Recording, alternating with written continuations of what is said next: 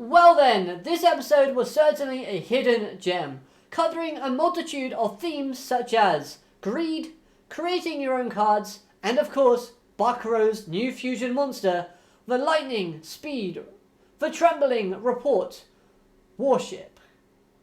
It's literally a warship on top of a gun. I can't wait to see how that gets censored. Hello everyone and welcome to Dueling with Downton, and today let's go over episode 72 of the Yu-Gi-Oh! 7's anime series. Bakuro vs. Hunt. Greed vs. Justice. This was a very enjoyable episode, and it gives us a few possible story avenues that we can explore moving forward. So let's talk about everything that happens within the episode right now. Starting off with the character of Hunt.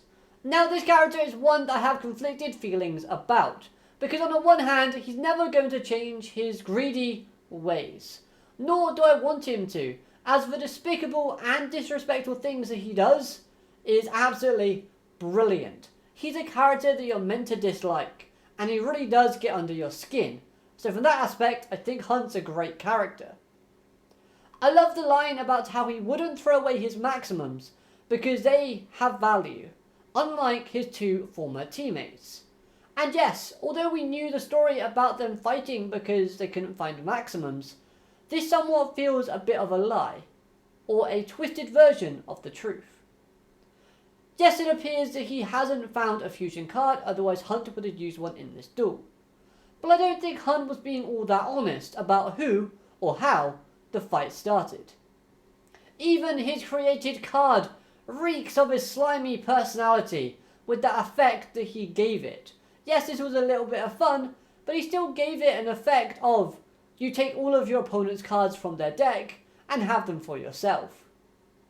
And there's also, the fact is, had the newspaper club not have joined Luke and the others in the underground facility, then Hunt would have easily been able to manipulate Luke into taking that machine back to the Luke division and print all of these unusable cards for the public exploitation in order to make a good profit off of them.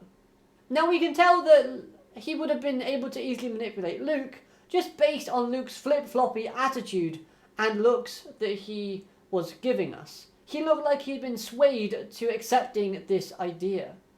And personally, while the duel was going on, I was actually kind of expecting Hunt to have lied about not being able to have found a fusion.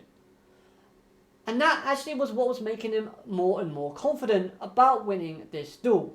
Yes, of course, I forgot he had a maximum monster, because it's been so long since we've seen that maximum. And I have to say, I do love the attack that this maximum does, in where it chucks the meteoroid onto it. The animation for that is absolutely fantastic. But at last, Hunt didn't have a fusion card, so we have to wait for that dinosaur fusion that we've seen teased online already. So now, I want to talk about the card printing machine, because this device I think will resurface later within the series. Now the reason as to why I believe this stems from two lines that was given about the machine in this episode. Line number 1, Hunt asking if it can be modified to make cards that can be used in the current format, or present day. And line number 2 is, it's buried underneath the rubble. Note how they didn't say that it was destroyed under the rubble.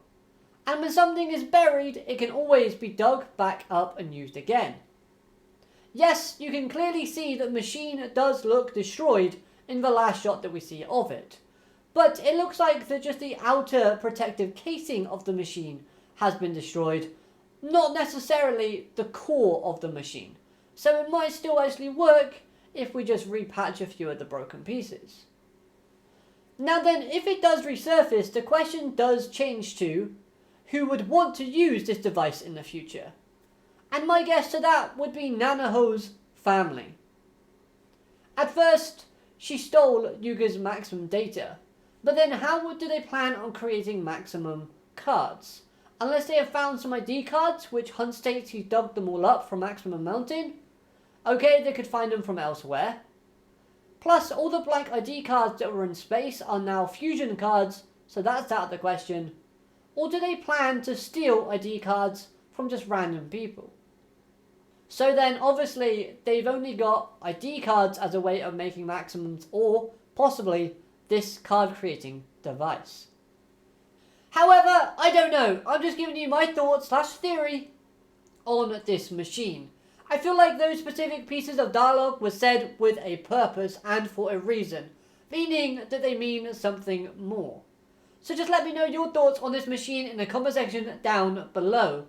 I'd love to hear if you agree or disagree with anything that I've said about this particular device. Oh, and how were they planning to move that device back to the Luke division part of Goha? That thing looked massive. Now then, as for a Luke-focused episode, I found this character to be rather okay, actually. I didn't mind it. Those little comedic segments with him hyping himself up at the beginning and then constantly being contradicted was actually quite funny and played to his personality of the Luke we've seen all over the series. He thinks he's some big shot important person when actually he's just a little speck in the pond. Now we've seen just how easy Luke gets manipulated by other characters before, as they play off of Luke's desires to become president of Goha. So Hunt doing this makes a lot of sense as well, and it also adds to the antagonisticness of Hunt's character. Plus we now have this new Goha 6 sibling badge that supposedly belongs to Yuga. I'll go a bit deeper into my thoughts on this ID badge in just a minute, but the reason as to why I bring this up now is because I think that it might be a fake. I don't think this ID card is actually real. I'm of the belief that someone created this card with the purpose of causing a rift between our core 4. And who better to target than Luke? Luke is a very gullible character, and it's most likely out of the core 4 that we have, obviously Luke, Roman, Gakuto, Yuga, to believe that this ID card would be real. Plus, if they want to make Goha's forces weaker, then getting rid of Luke would be a good way to ensure that Goha loses a skilled duelist. Maybe Luke believes this ID card is real, confronts Yuga, Yuga denies it, and keeps denying it. Luke is angry and decides to go off somewhere else, feeling betrayed and hurt, something like that. However, with that being in mind, it's hard to tell how this ID card landed in the position that it did. Was Hunter carrying this ID card with him this whole episode? Or was it inside the pan that dropped on top of his head? Or did it simply fall from the opening in the roof that was created from the aftershock of the duel? If this ID card did come from Hunt's possession, then we need to find out how or who he obtained it from. Was it found or was it given? Okay, so let's actually talk about the ID card itself. Because when you compare this new ID card to the old blank ID cards that we've seen before within the show, the only difference I can actually spot at this moment in time is that the previous older ID cards have Goha Institution written upon them, where this new ID card that Luke found states Goha Corporation. Now then, this could mean a number of things. For example, it could help support the idea of this ID card being fake, as whoever made it may have made an error / mistake and put the word corporation down instead of institution. However, it can also mean that the ID cards of the Goha presidents are different than the rest of the employees' ID cards and the public ID cards. Because at this moment in time, we've not seen any other president show their ID card. So, we really just don't know yet. I will admit, this new ID card design really does have a good colour scheme. That was pretty impressive. So then, with Luke finding this ID card and looking for answers, I could see a situation in where he ends up confronting Yuga, making the ID card the focal central point of next week's episode. because at the preview it looks like Luke and Yuga are dueling. Knowing Yu-Gi-Oh! 7s though, they'll probably have Luke confront Yuga next episode, and Yuga will get nervous and refuse to answer, building up our suspense and our beliefs, only to have Luke win, and Yuga to say that he made it as a joke, as a little bit of fun, and he got rid of it out of embarrassment, hoping nobody would find it. So circling back around to Luke and Hunt, the line in where Luke asks Hunt if his dream can be bought with money really didn't sit too well with me, as it came off as a little bit hypocritical from Luke's character. I felt like this line that Luke presented to Hunt at the end would have been a bit more meaningful and impactful said by any of the other character within the current area. Had Bakuro said it, it would have meant a lot more. Even if Yoshio in his pants said it, it still would have meant a bit more than coming from Luke. Luke is filthy rich. His family has multiple helicopters waiting on the word to mobilize. He has uncountable amounts of property, land, owned by his family name. In a way, Luke has the luxuries and lifestyle that Hunt is dreaming of having. So that's why it didn't really sit too well with me with Luke saying this. It came a little bit off as contradictory, hypocritical, that line of thinking. And finally, let's talk about those created cards that the group made themselves, as if this was a little bit of light-hearted fun. Swirly creating the love type, meaning that he's still clearly thinking a lot about Nanaho. Luke being this level 99 dragon type with a ridiculous attack and defense stat was great. And knowing Luke, he's probably going to add this to his deck, forgetting that it can't be used in a proper rush duel. Just wait for that next episode.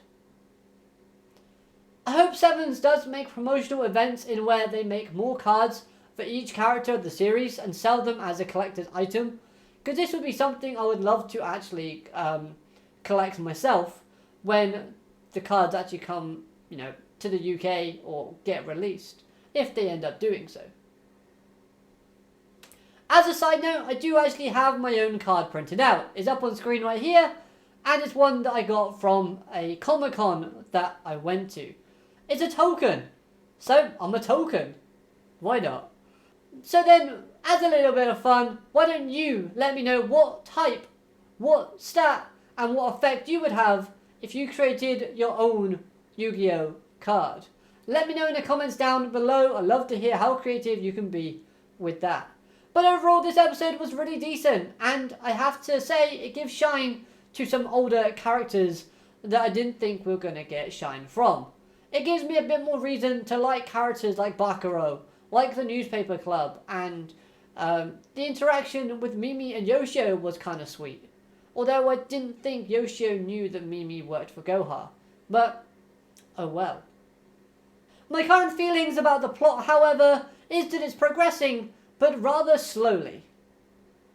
And I feel like most of this arc is going to consist of different characters, each trying to prove that Yuga is the Goha sibling, the sixth one, but failing until eventually the real sixth sibling appears, if they even exist at this point.